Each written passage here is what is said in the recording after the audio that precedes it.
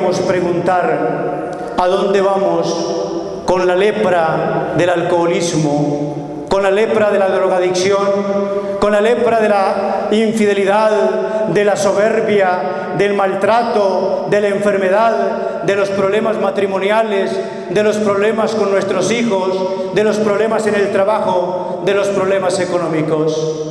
¿Dónde estamos acudiendo? ¿A quién estamos buscando? ¿A quién le suplicamos que nos limpie la lepra? ¿Acaso emulamos, acaso imitamos la actitud que tuvo aquel leproso de colocarse de rodillas y de suplicarle al Señor que lo limpiara? Esa es nuestra actitud. Esa es la forma como nosotros tratamos de encontrar paz en nuestro corazón, de encontrar alegría, de encontrar gozo en medio de las circunstancias. ¿O a quién, hermanos, estamos buscando? ¿Dónde estamos acudiendo? Hoy el Señor, hermanos, quiere sanar nuestra lepra. Hoy el Señor quiere pasar por nuestras vidas dándonos la dignidad de hijos de Dios. Hoy el Señor quiere devolvernos la confianza. Él solo nos pide que imitemos la actitud de aquel leproso. Si queremos que Jesús nos sane, si queremos que Jesús pase por nuestra vida, transformando nuestra vida, transformando nuestra manera de pensar para que cambie también nuestra manera de actuar, tenemos que imitar las actitudes del leproso.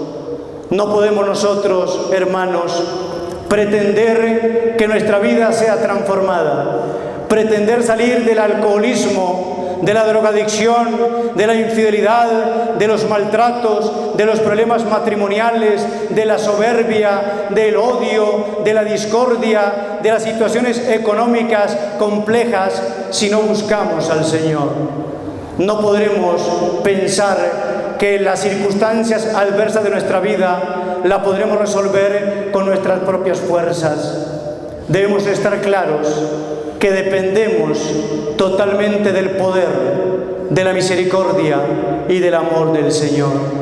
Jesús es el único capaz de transformarlo absolutamente todo. Él puede transformar la muerte en vida, o si no, recordemos el pasaje de aquel hombre que ya había fallecido, que tenía 3 o 4 días de muerto, que olía a feo.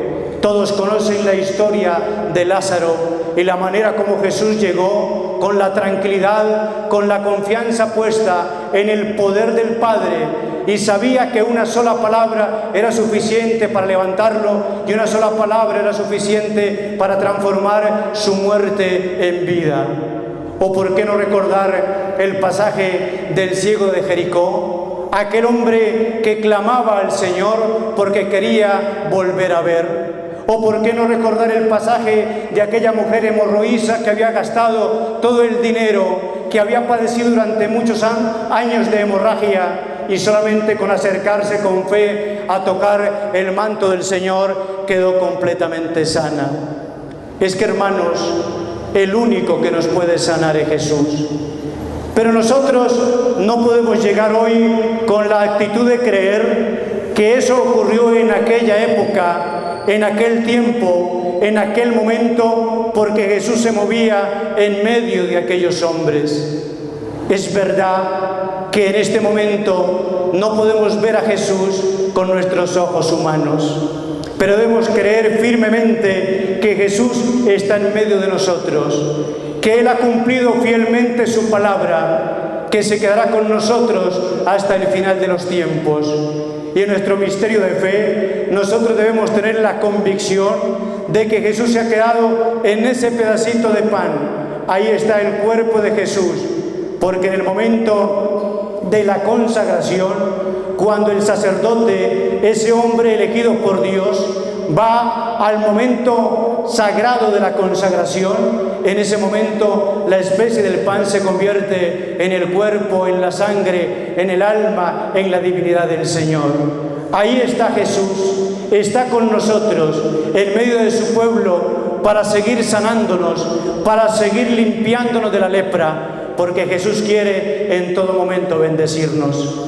No somos bendecidos, hermanos, porque nos hemos autoexcluido, porque nos hemos alejado de Jesús, porque no le hemos buscado, porque no nos hemos acercado para que Él pueda, en medio de nuestras vidas, darnos la bendición que tiene reservado para cada uno de nosotros. El más interesado en liberarnos, en restaurarnos, en bendecirnos, en sanarnos y en salvarnos es el propio Jesús, porque a eso vino, a entregar su vida en la cruz del Calvario. Hoy, hermanos, Jesús nos pide que imitemos la actitud del leproso.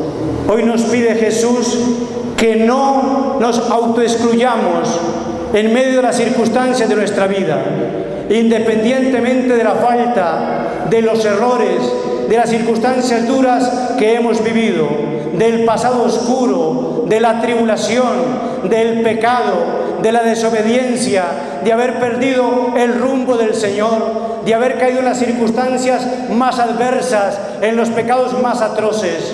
Hoy el Señor nos viene a decir que su misericordia, que su perdón está por encima de cualquier pecado humano, que su ternura y su compasión está por encima de la equivocación y del error del ser humano. Ese es Jesús, el Jesús sanador, el Jesús salvador, el Jesús que solo nos invita a amarle, a obedecerle, a honrarle y a seguirle. Hoy el Señor nos indica y nos invita a tener la actitud de aquel leproso que no se sintió indigno, que fue capaz de romper los paradigmas y las normas establecidas por las leyes para acudir a Jesús y acercarse al Señor. Hoy el Señor nos invita a que no nos dejemos realmente llenar de pesimismo, de desconfianza por el comentario de la casa, del hermano, de la esposa, del padre, de la madre, del amigo, que nos consideran inmensamente pecadores, que nos consideran que no somos merecedores de la gracia y del perdón del Señor.